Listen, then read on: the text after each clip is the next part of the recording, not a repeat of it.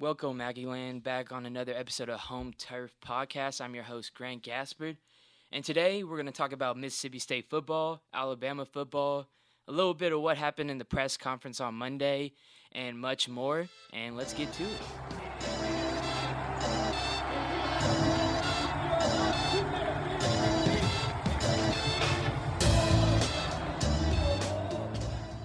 Welcome back, Aggieland. Remember to ridehitch.com. It's like Uber, but for longer distances. Private or share rides between cities. Enjoy 30% off your first 4 rides, up to $50 each ride, using code AggieNews3. Repeat, use AggieNews3 and go to ridehitch.com. It's pretty sweet. Haven't used it yet, but if you plan on going to the Alabama game this weekend, why not? You know, if you're driving, pick someone up, get some extra cash. It's pretty sick. So we're back on another episode of the Home Turf Podcast, and I got a special guest with me today, Shanielle. How you doing? I'm doing good. Glad to be here. So Shanielle's one of the writers for the Battalion Sports Desk. She was begging to get on the podcast, so I had to just let her get on. Yeah. And so why don't you tell the listeners a little about yourself? So for starters, where are you from? I'm from Beaumont, Texas. 409. Yes. Let's go. Big 409. Proud of it. Yeah, I mean, the listeners, I talk about the 409 every day and every podcast. Not every day, but probably every day. But on the podcast, I talk about the 409 a lot. So just for the listeners to understand, how is the area when it comes to sports? In like the Beaumont area? Yeah. I feel like our biggest thing is like our baseball team. Yeah. You know, we have Lamar.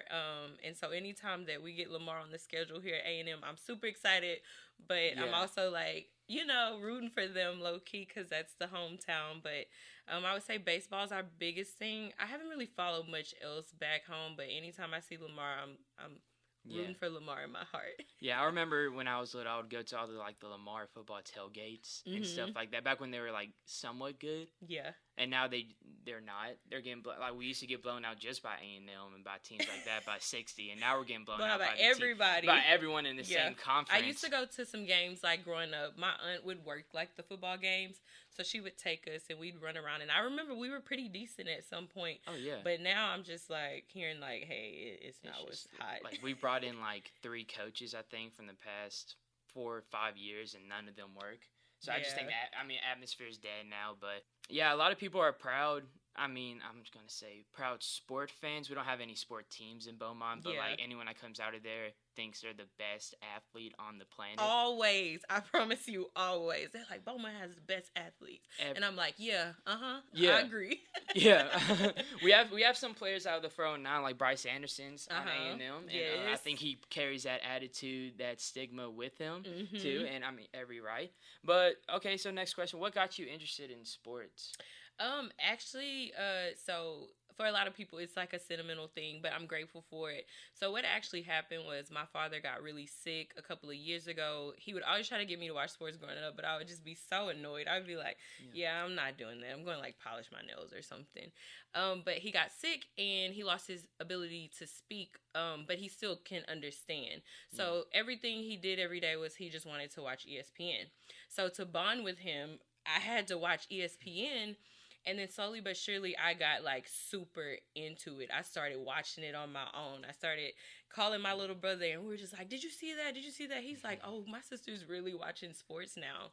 Wow. And so from there, I actually was just telling this to our other editors and co-editors, was that to pick up extra money to send back home because my father was ill, I started like being an usher at Reed Arena at the women's basketball games. Yeah. And at first I was just like, yeah, I'm just here, you know, get a little extra cash or whatever.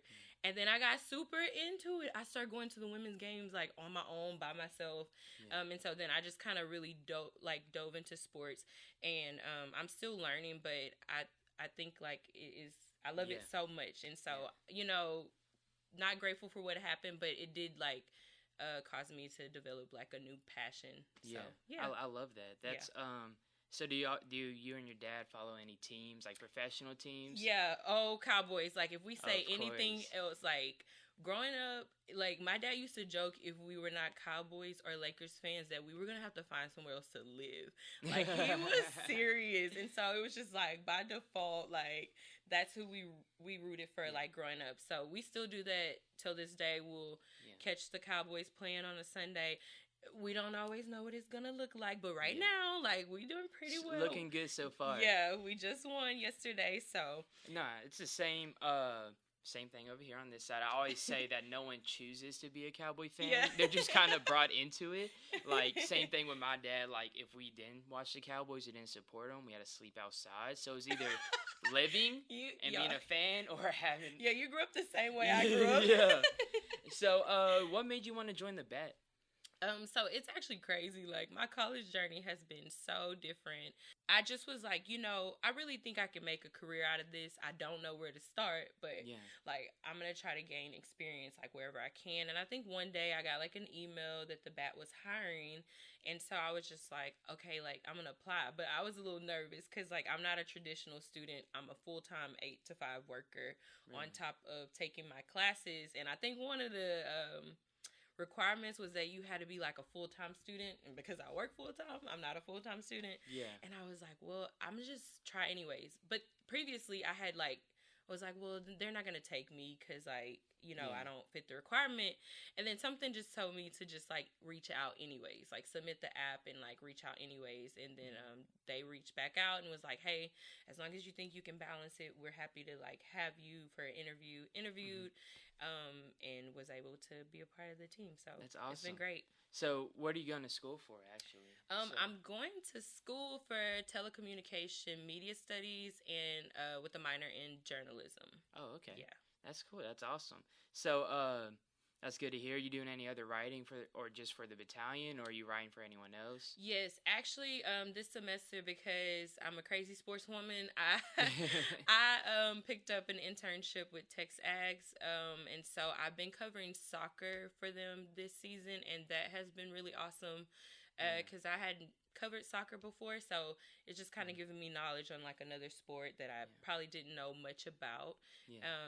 I will say though, through the BAT, I've gained so much experience. Like, you kind of get to cover all kinds of games, and then you think you're not interested in a sport, and then you get to cover it, and you're like, oh, I want to follow this. Like, I want to learn more about this. So it's been really cool. That's especially with me too. Like, when I first started off writing, I was just hoping I'd write, okay, I'm gonna go in here, I'm gonna write football, baseball, basketball, the big three. But no, I ended up I'm writing golf, equestrian, swimming, and I just like, which those sports are awesome to watch, they're fun, but I was able to learn about more sports, more different sports, all of that. Right. And it really just helped my writing too. It was awesome. I love to hear that. I love to see your journey coming all the way. I've never got to actually talk to you like this before. I know, so I'm like, this is my first time. About me too. Yeah, so all the listeners learn about you. I'm learning about you. It's awesome. You're from the 409. Yes. I try. We gotta represent. We gotta represent, of course. So let's get into it. Let's do it. Let's do it. So today, like I said, we're gonna talk about this past game against Mississippi State. Ooh. Yeah. So so we talked a lot about Mississippi State on the podcast last week. I threw out some warnings on if A&M did this is going to happen, and that's exactly what happened. Except it was much worse. I didn't think it'd be this bad. But, however, A&M played against Mississippi State, lost 42-24 in Starkville, and all around was just bad. Yeah, I will say that I completely agree. For a while there, I was like, we're going to be all right. We just saw this last week in Arkansas. We were down, 2 touchdowns going into the second half. So I'm like, this, we've seen this. Yeah. They're about to come back. Like, no big deal.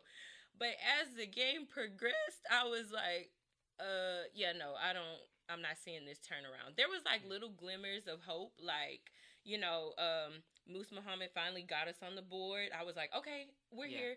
And then Mississippi State responded immediately with another touchdown. And so it was like every time I felt like we were getting somewhere, they just had a response. And I feel like they just played better on both ends. I'm glad you brought Moose Muhammad up. That's a name I want to talk about too on this podcast, because last week he had a terrible week. It's just I don't like to say terrible. I don't like to say bad, but he underperformed a lot against Arkansas.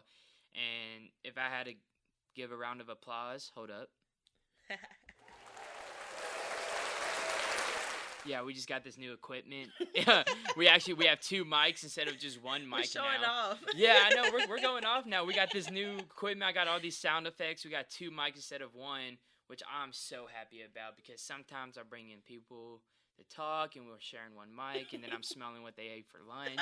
And it's just a bad time. But we finally got 2 mics. We're actually getting a third, so we're expanding. We're expanding. We started up on the bottom. We're slowly coming up. And we're here. We're here. Hey, another round of applause. That's awesome. I love that feature. So, Moose Muhammad played great. A lot of things went bad. I like how you said we're down a lot, especially that first half. We're down 14-0. I was like, we were down, like you said, we was down 14-0 last game. I thought we were gonna capitalize in the second half, and we didn't. We did not. Last week we had a lot of missed cues, missed opportunities, shot ourselves in the foot a lot of times. However, Arkansas did the same thing, or we're able to make up for it this time when we shot ourselves in the foot. We weren't able to get back up, and that's going to happen a lot. So let's kind of talk about what went on the offensive side of the ball first. So what did you see out of the offense as a whole, as from Max to the receivers to the offensive line? Let's just dig into that. Man, honestly, I feel like you said, I don't like to use the word like terrible, but I just feel like our O-line did not look good at all. I felt like Max was under a lot of pressures, the entire game. You could see him like looking like he was gonna scramble, looking like he didn't know where he was gonna throw it, and the next thing you know, he's on the ground. He's sacked. Yeah. We had 4 sacks, and so there was a lot of pressure. Mississippi State had 4 sacks on us, and so there was a lot of pressure on him. And then on top of that, I just feel like we did not handle the ball well. Like, we lost 7 points on the A-Chain fumble at the 6, 3 on the Max Johnson fumble on the 15, and then we threw like 2 interceptions. It was just turnover after turnover after turnover. Yeah. And then on top of that, we were getting into the red zone, but we were not capitalizing on those opportunities. Yeah. So it's like they fought hard, they got down into the red zone, and then it's just like we made nothing of it. Yeah, and I'm glad you brought up missed opportunities because for the start of the game, let's talk about the first quarter. I told y'all last week, you give Will Rogers time in the pocket, things are going to happen. Except this time, Will Rogers came out slow. He threw 4 incompletions that should have been interceptions. And then on the offensive end, we come down, we march down the field, we feed A-Chain 3 straight times, and he fumbles. Yeah. They drive down the field and end up getting a touchdown. It's just where last week where we had missed opportunities, where we messed up, we were able to capitalize it, and we just didn't. I mean, overall, something else that I stated last week, I said that Mississippi State loves to blitz.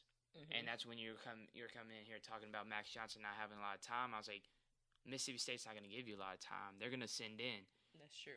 Their 4 rushers and then send in a linebacker. Bookie Watson came in. He played a great game until he came out of the game for targeting. They sent in safeties, corners. They were blitzing everybody, the whole team, not giving us a lot of time.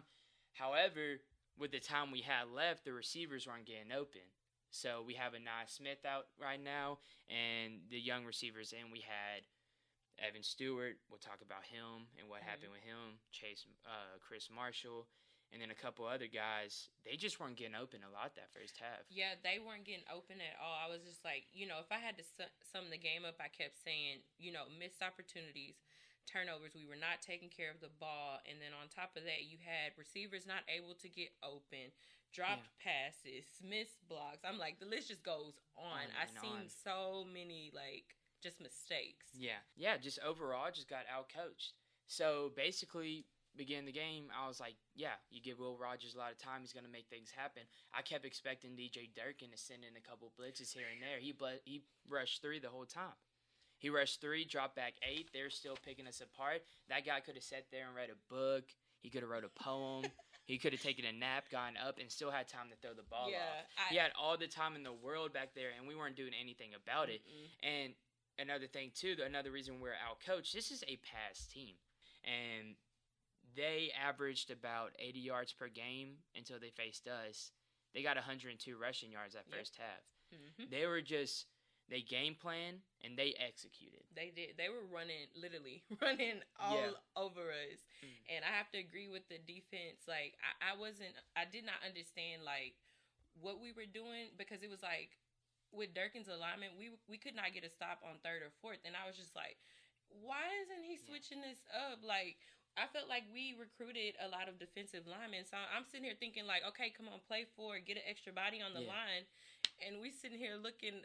I'm like... we recruited all these guys for a reason. Why not use them? Yeah, I'm like, put them in there. Like, what you have been doing.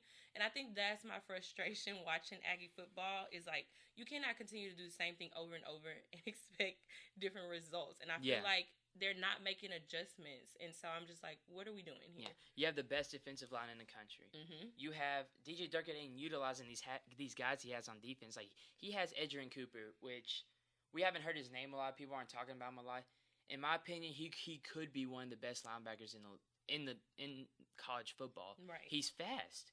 He runs somewhere around a 4.5, 4.6 as a linebacker. Dude, and we're not utilizing him in the blitz game. We're not setting up blitz schemes for him. We have the best secondary. We can be sending I have Damani Richardson, who last week he had a lot of blitz. We were blitzing him quite a bit. We didn't blitz at all that game. Which in the press conference, Jimbo Fisher said they blitzed here and there. I don't remember them. If they did, I didn't see it. Nothing happened from it. We're sitting in through the whole time. We have all these guys laying on the sideline, all these defensive linemen, and we could be doing so much with them that I don't think DJ Durkin sees that, and he's not doing anything about it. Right. I completely agree. Yeah. And I'm like, we did all this recruiting. And it's just like, yeah, that's great. But if the players are not being developed, like, essentially, like, we're wasting the talent. Like, okay, we get what? You don't get a certificate for having the number 1 recruiting class if you do nothing with them. And so I just would like to see them make some adjustments. I truly believe that it's a lot of young talent. And if they make some adjustments, that we could get some consistency. I feel like we just have not seen consistency. Definitely on offense, like, it's changed every game. We've been able to pull off a few wins, but looking back, like, what can we say really has worked? Like, and it's just, when I was watching the game, I tried to, like, look deeper into it, and I was just like, okay, start off, let's watch, what's Jimbo's game plan?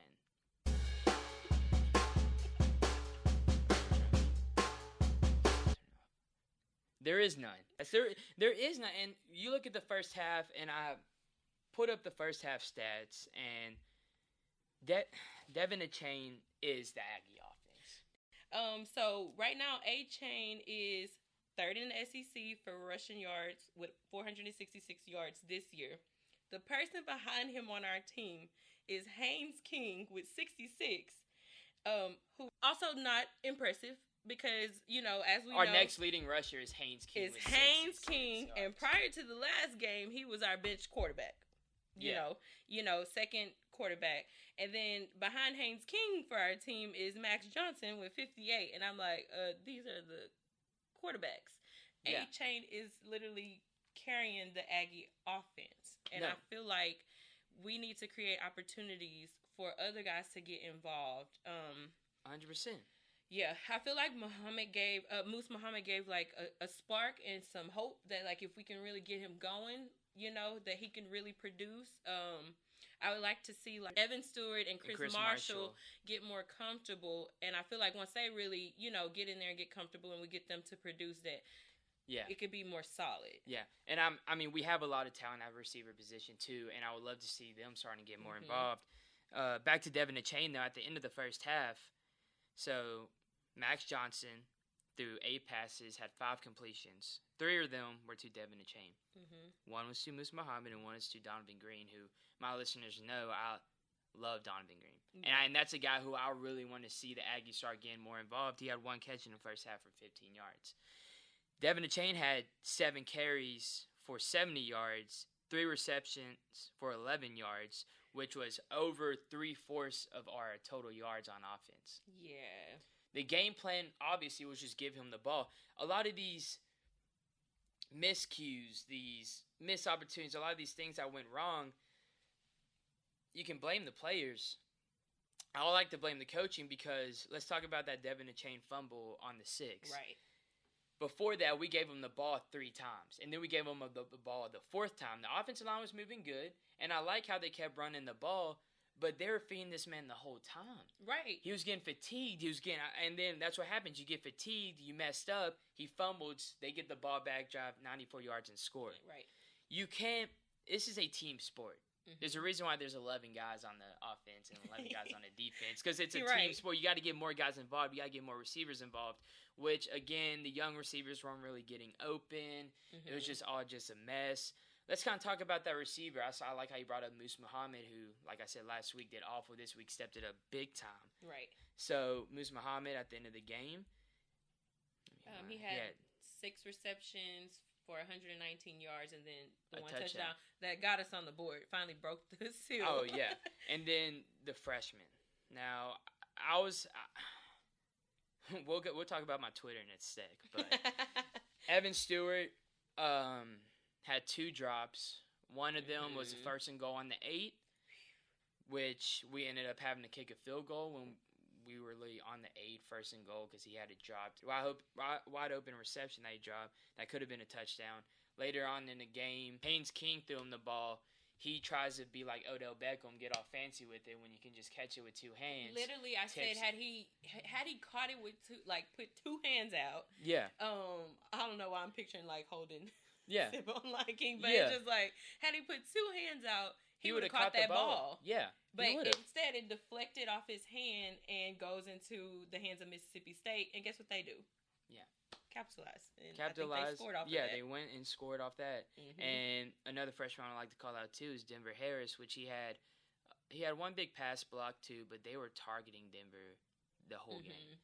Like, there's a moment on the goal line where they threw a fade route to one of the receivers that he was covering. I think it was Caleb Ducking. It was a bad throw the first time. They did it again right after. They did the same play again because, like, he's going to catch this.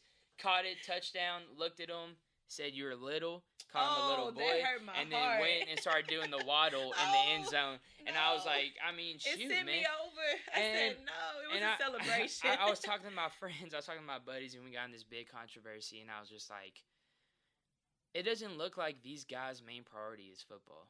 Yeah, I agree. I saw your tweet about that, and I was like, honestly, I can't agree more. I think sometimes a lot of people are disagreeing with me, and I can see that. I understand that. But to be fair, let me bring up a Friday night before Miami football. Where are the freshmen doing? They're going out to Prairie View, throwing it down. Yeah, not worried about football. They're not worried about football. Like, we didn't need to prove ourselves from the App State loss. No, we didn't. Like, we need to come out, win the rest of the season, focus straight on football. No, we're going to go out and party and spend the money we got. We're going to buy money on clothes, on these new cars. We're getting marble slab Chargers. Like, bruh, it ain't the top priority right now. This is what happens when you give. And I said this. I said this a couple weeks ago. I said, you give me $600,000, you won't see me again. I'm gonna go out. Acting brand new. I'm acting like a whole new person right now. The money is gonna change me. Yeah, I mean, I'm being serious, like straight up. And it just doesn't seem like this is their top priority. And I said something about his TikToks, which.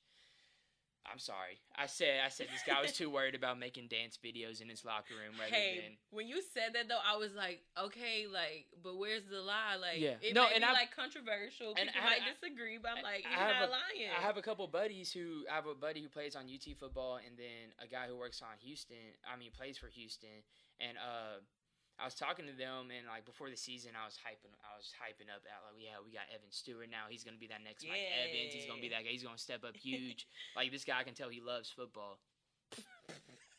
Is there like a hold on? No, I don't like that.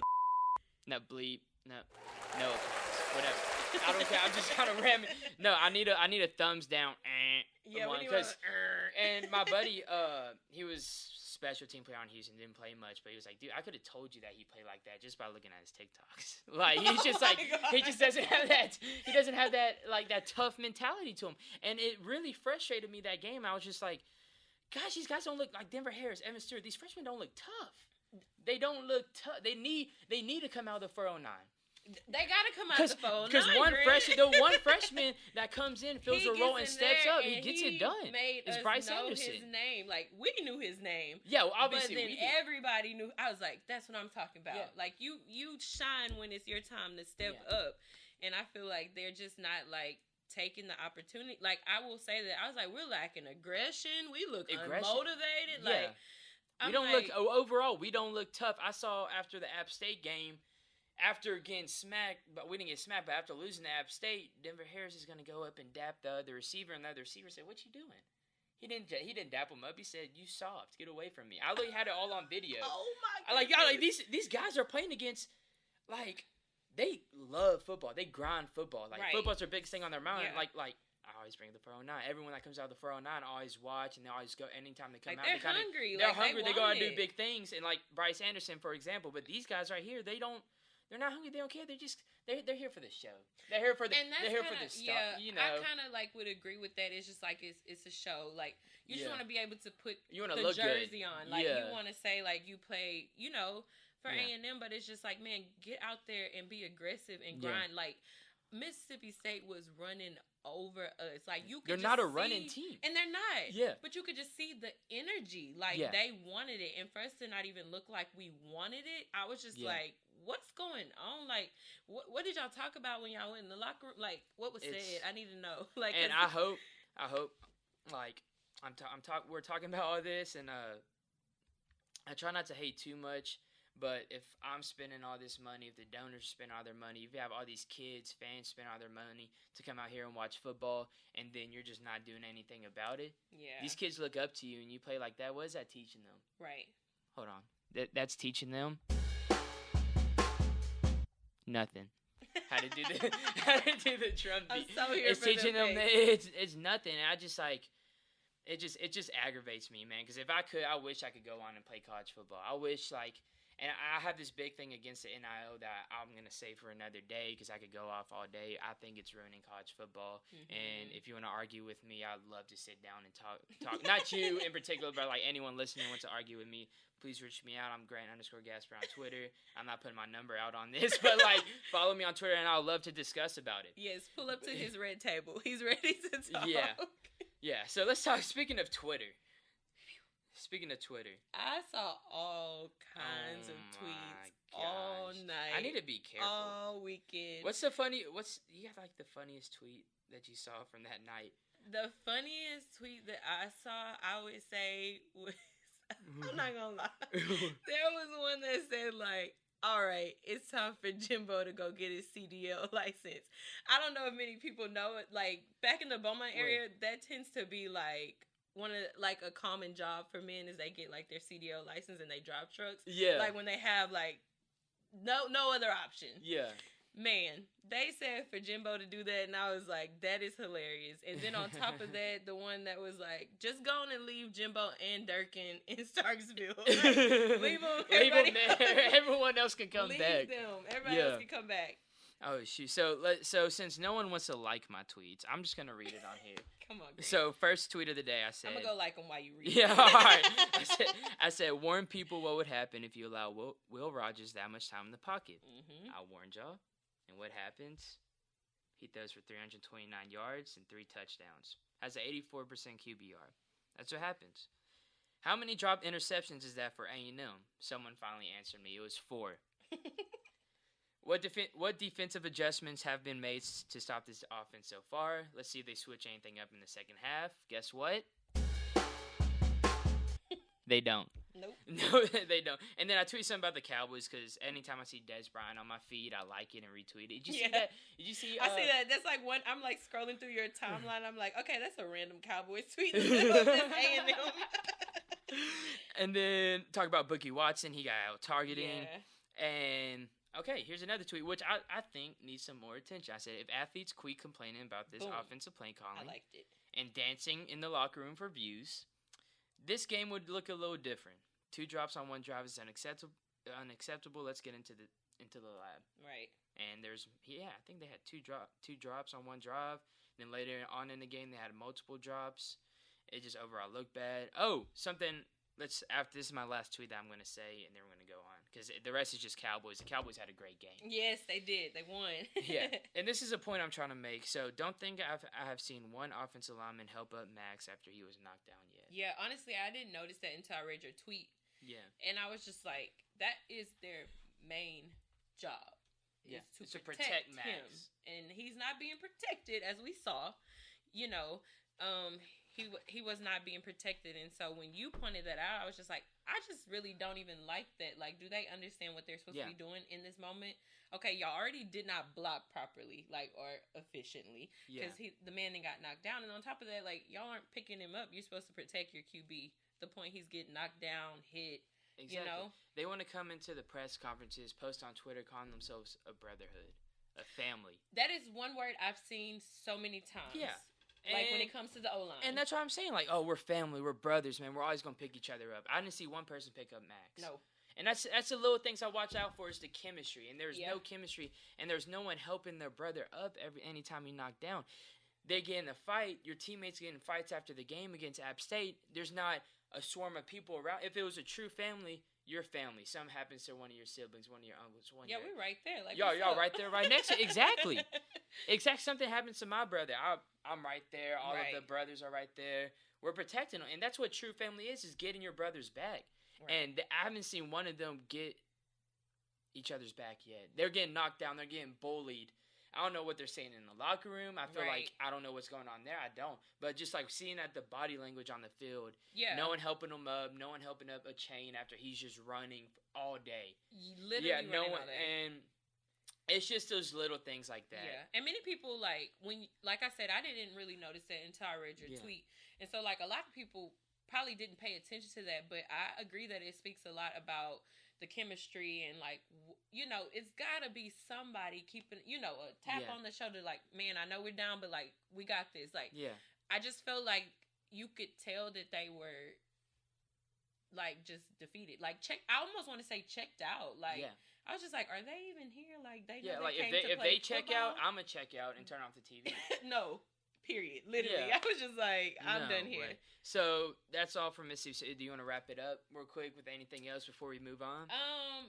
My last comment is just like, what I don't like is that I feel like Jimbo is not really convinced that there is like an offensive issue. Like, I agree that execution is a part of the issue. You know, we got dropped passes, interceptions, fumbles. We're not taking care of the ball, but I just feel like execution cannot be the only excuse. Yeah. Like, I'm tired of hearing that word. Like, if I had $1 for every time I heard execution, I would be rich. We'd be out buying our flashy clothes and our new Chargers because, like, execution. Going to Prairie View. Yeah. Like, I'm going to Prairie View. Grant, let's go. Yeah, let's go. Yeah, and I'm glad you're bringing up the press conference. So I just left the press conference today. Yeah, and I have no hope for this game. Usually I'll go into a press conference and they'll tell me some stuff that'll help. Like, maybe we have a chance to go into Tuscaloosa and win, which we're about to talk about Alabama and all that. But when in there, I don't know if did you listen to the press conference? Yeah, I played it like as I was working today, and I was like, How did Jimbo sound? I kind of really feel like. I'm not gonna lie, he kind of was like short. Like, you could very tell. Short-tempered. Yeah, he kind of seemed very short tempered. There was times I kind of feel like a reporter. I can't remember what question they asked, but he felt like they answered the question. Oh, it was the quarterback controversy right now. Yeah, he felt like they answered their own question, and so he just sat there. And then he was like, "Oh, it was a question," and I was like, all right, this guy, he don't want to be in there. Yeah. I remember that was Travis Brown with the Eagle, and he asked some question. I think it was about the quarterbacks or something like that, and he just stopped and he just kind of stared at him. And then another guy right next to him asked a question about the quarterbacks as well, and he goes, "Well, how about I just call Saban and tell him my game plan?" And I was like, dude. I was like, it ain't that. I was just like, he was. I felt like he's very short tempered. I feel like was frustrated with answering questions. Like, and I get it. You just came off an embarrassing loss, another one, but you just came off an embarrassing loss, and I feel like he really wasn't there. But I think what could have been hopeful for fans or maybe even players had he just gone in with like, hey, we have a game plan. So Mississippi State then just went on the field. They went off the field too because clearly it has affected them in the locker room. It's affected Jimbo Fisher. That's what I saw from the press conference today. That's what I saw. Like, they're defeated. They're down right now. They are. I mean, you get 2 losses in college football, your season's kind of done. Okay, you can go get a cool little. Maybe if you win out, get an Orange Bowl. But other than that, you're getting the toilet bowl or the Chick-fil-A bowl or something like that. And you just you have all these fans, like, you're wanting to sell out games, you're wanting them to buy your merchandise. You're not going to spend a dime if there's no plan for the rest of the year, if there's no hope, if we're just going to let's just tank because we have our freshmen are young and they're going to come back as sophomores next year, we're going to be good next year. No, they forget, like my freshman year when I was covering this team, they talked about this is our year. No. We just signed the best. Every year. We just signed the best recruiting class. No, it's next year when we get our recruiting. No, they need 1 more year of experience, and then it's next year when they're dude. I feel like it's like my least favorite toxic relationship. Every year I get my heart invested and involved, and I'm like, this is the year campaign. And then it's just like you get the same results. And like, don't get me wrong, like I feel like you're gonna have losses. But like we mentioned, I think there's a difference between losing and then like y'all just look like y'all are not there. Y'all look like y'all are checked out. Y'all look like y'all gave up. Like, where is the fight? Like you can tell me all you want that you're on a locker room preparing for this next week. I don't see it.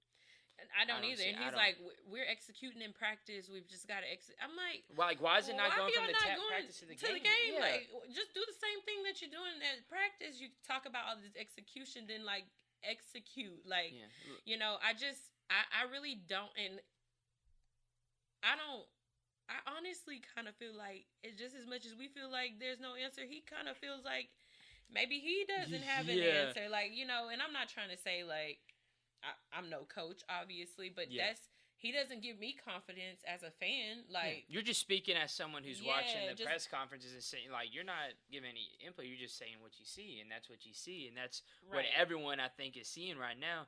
My favorite part of that press conference, so they asked Antonio Johnson, so who'd you be more excited to play against, the Heisman returner or Jalen Milroe, who came in last week because Bryce Young hurt his shoulder. He came in, played pretty good. It was like, who'd you rather play? And he goes, I mean, whoever is in there, it's either Bryce Young or what's that guy's name? And I started laughing. I was like, you don't even know his name. They're not even game. How are you going to tell me your game planning if you're preparing for this week that you are preparing for whichever quarterback's going to play? Yeah. And the captain on the defensive secondary doesn't even know his name. Yeah, it was Monroe was the backup, right? Yeah, it was. That went in? It says Milroe. No, what you said makes more sense. I've never seen that last name before. That's interesting. Yeah, Milroe. And the crazy thing is, like, Arkansas didn't have any points when Bryce Young went out. It was like 28-0 or something like that. Yeah. And so Arkansas started to climb back a little bit. It was like 28-23. Yeah, it got real, close. Yeah. And so it's just like, this backup might not be no good, but then I think he got comfortable because then I think the ending score was like 49-26. Yeah, 49-26. So I'm just like, hey, don't count him out. Like, because at first for us, when I saw I was reading the stats, I was like, if we get the backup, we might could do a little something. But I'm like, oh, well, nope. He started getting comfortable and he, found his way through the game to get some points on the board. So, we got, all right, we're done press conference on Mississippi State. I'm glad we're talking about Bama now because let's get into it. So, hey, for starters, hold on. That's not the drum. But the bat is going to Bama. So, so we have a couple photographers, me and the sports editor, Jordan. We'll be going there covering the game in person. I'm excited. I've never been to Bama. I'm excited to go cover it. I thought we weren't going to go anymore after this loss, but we're still going, and we're going to go and hope for the best. So we're here right now to tell you who to watch for. What players are going to step up for Bama if you don't already know. Obviously, you have Bryce Young and Will Anderson. Who else will be that guy? Who else is going to make an impact this game? So let's get into it. So Alabama, Nick Saban, Crimson Tide. What's up with them? Man, it's just so crazy because I feel like we were like A&M football was in the same predicament this time last year, getting ready to go up against. Oh, they were. I think the exact predicament. The exact same predicament. So it's just like we were all shocked last season, but I think after, like we have said, watching that Mississippi State game, watching the press conferences, I just don't know if we can expect the same outcome. I'm not gonna say it's not possible, but I'm just saying like the attitude and like what I'm picking up on, it just doesn't give me that it could be the same outcome. Yeah. Bama is undefeated right now. They hadn't lost a game. And so I just feel, and then we're going there. We're going into their atmosphere. Yeah. Last year, anybody knows you come to Kyle Field, it's crazy, it's loud. You can literally feel the energy. Yeah. So I think that always plays a role in like a big win, but I really don't know. We're going into their territory. One of the people I have down to watch for Bama is running back Jamir Gibbs. Against Arkansas, he rushed for 206 yards and had 2 touchdowns on 18 carries, and I was just like, yeah.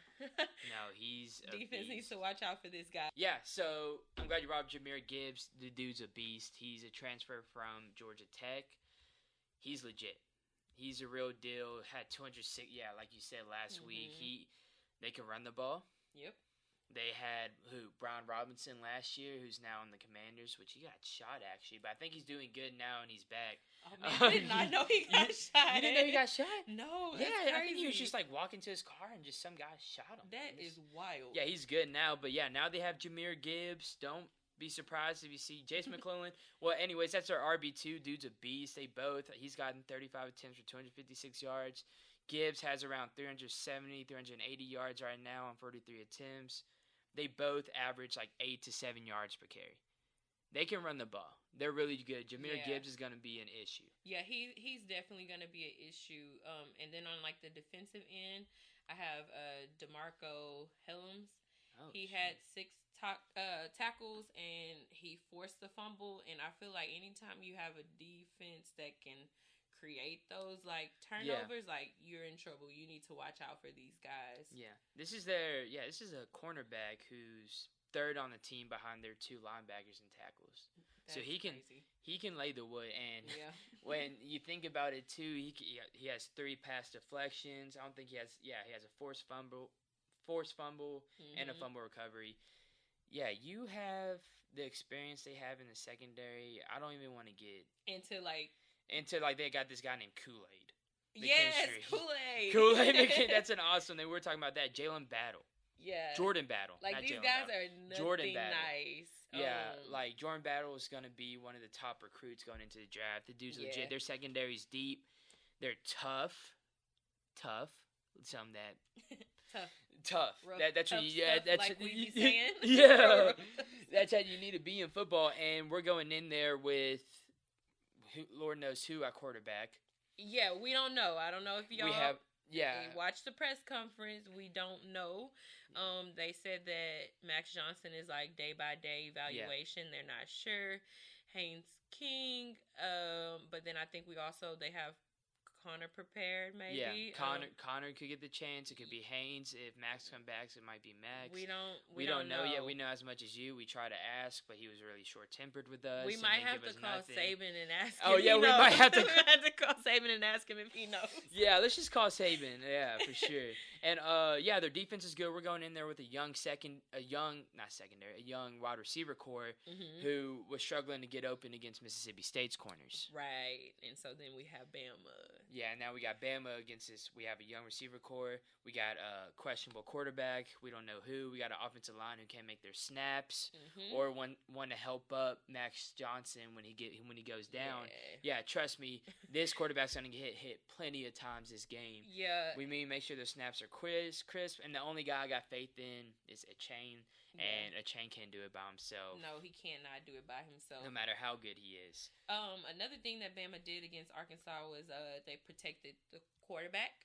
Really? They didn't allow any sacks, and they credited offensive lineman Seth McLaughlin for that, really protecting the QB, not allowing Arkansas to get him at all, Really? get the quarterback, sack him at all. So a really good offensive line over there. Ready to see if DJ Durkin makes any adjustments this week. We'll see how they approach this offense. Let's talk about this receiver core because it's really good. So Trayshawn Holden, beginning of the season, I talked about Trayshawn. Even before football started, I was like, there's going to be one receiver who has kind of like that Jameson Williams, the Amari Cooper, one of those receivers that breaks out and just has a great season. Trayshawn Holden was one of the names I called out, and he's doing exactly that. They have him. I think he's like a junior or sophomore right now. Kobe Prentice is a true freshman. Yeah. Yes. And he's fast. It's crazy. Yeah, he's fast, and he actually was he had the top stats for receiving in the game against Arkansas. So, really? Yeah. Yeah, so he's second on the team right now in receiving yards, and Jamir Gibbs likes to catch passes too. They get him real involved. Jermaine Burton, I like. And I mean, dude, they're deep at the receiver position. They like to pass the ball around. Yeah. Now, I want to go. Share the ball. They like to share the ball. I want to go look at something real quick. So you looking at all these teams, they have multiple receivers with like 10, 12, 15, like really split receptions. Let's go look at Texas A&M's. Oh, God. Don't do it. Don't do it. Don't do it, Grant. Why would you do that? Why would you We have two receivers with over 10 catches right now, which is Anai Smith, who's no longer on the team. Right. And then Evan Stewart, has 18 receptions, 197 yards. Everyone else has 7, 5, 8, 3, 2. Yeah, there's you have all these receivers on other teams, which it fills up the whole page. This one's like a quarter of the page long. Yeah, we don't like to get our receivers real involved over here in College Station. Don't know why. I just feel like they're not being put in positions to make plays. Like, we need playmakers beyond A-Chain. Like, he's doing great, but he cannot do it by himself. Yeah, 100%. Yeah. So that's a little sneak peek into who Alabama has. The bat will be covering everything revolving, touching, sniffing this game from the offense to the defense to all the players to all the playmakers. The battalion will have it here. We'll be covering it all week. Make sure to tune in, pick up a newspaper this Thursday, and read about it. Yes. So predictions. So what do you got? It's gonna be a night game in Tuscaloosa where they practice Sabanism. It's a new religion over there. Like, those guys eat, breathe, sleep. I pressed the bleep button. I hope the bleep button worked we right hope there. It bleeps that. I hope it. They love Saban. And I was reading some funny stuff that Alabama's not actually a school. Like, no, did you saw read that? Or it was like it's just a football place. It's just like you go into the classrooms and it's just empty with dust, and then like there's a couple like Bear Bryant altars that they pray upon. And I'm excited. I want to go look around when I get there. But we're staying in Birmingham because there's no cheap hotels there. But all right, predictions. What you got? I ain't gonna lie. Like, I'm gonna say Alabama gonna end up with like a solid probably 49 points, if not more. 49? Yeah. And how much for your fine Texas Aggies? I love my Aggies, and I would love for y'all, to prove me wrong. But I'm honestly gonna give them like 10 points. 10? After what I saw this weekend. But the spread, they have the spread right now at 25. You have them winning by 39, which I think I was hoping they put a 40-point spread down just to show the disrespect. I think 25 is really nice. Yeah, I think that's really genuine of the bookmakers and the bookies out there to make it that.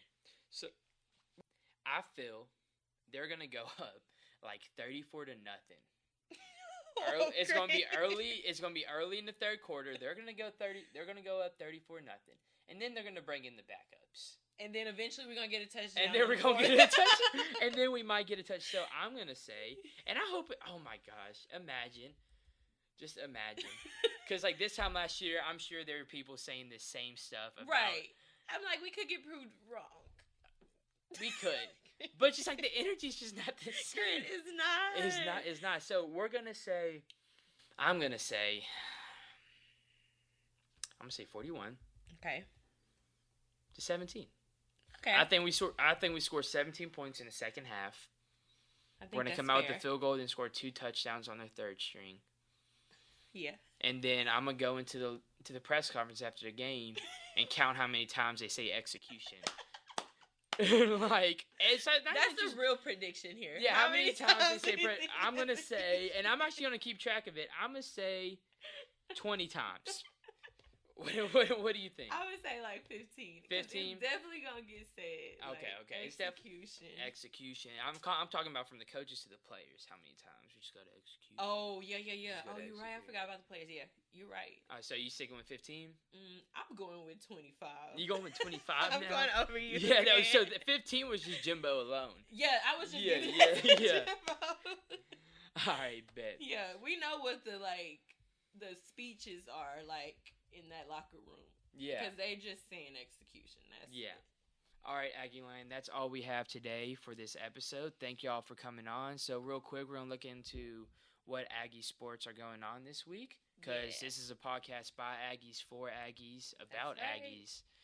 And that's what we do here. This is the only place where you're going to find college students talking about other college students, which there might be other podcasts around in the country, but this is the only one here in College Station. I'm sure there's some podcasts like in the basement somewhere, someone's mom's house, like some kid doing it, but like by official newspaper, this is the only one. That'd be us. Check it out. We get new writers here all the time. Shanielle, thank you for coming on. Yes, thanks for having me. I have thoroughly enjoyed this. Yeah, she was really nervous before, like shaking I before. was, guys. I was like, Grant, are you sure you want me on there? He's like, you're gonna be fine, Yeah. So hey, and you did awesome. You did great. Thanks, Grant. Let's talk about what's going on Monday, and then we're gonna go through the weekend to Sunday. Cool. So starting off on October 3rd, we have men's golf and women's golf going to Fayetteville, Arkansas for the Blessings Collegiate Invitational. They got the funniest golf tournament names. Yes. Like we're talking about that last week. We're talking about that last week. Yeah.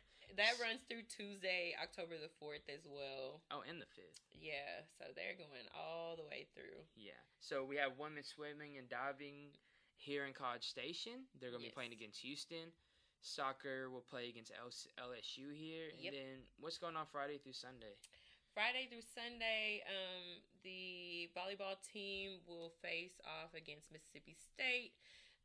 It's a fish camp match. If you know anything about fish camp, that game's going to be packed, which is good for the volleyball team. Yeah.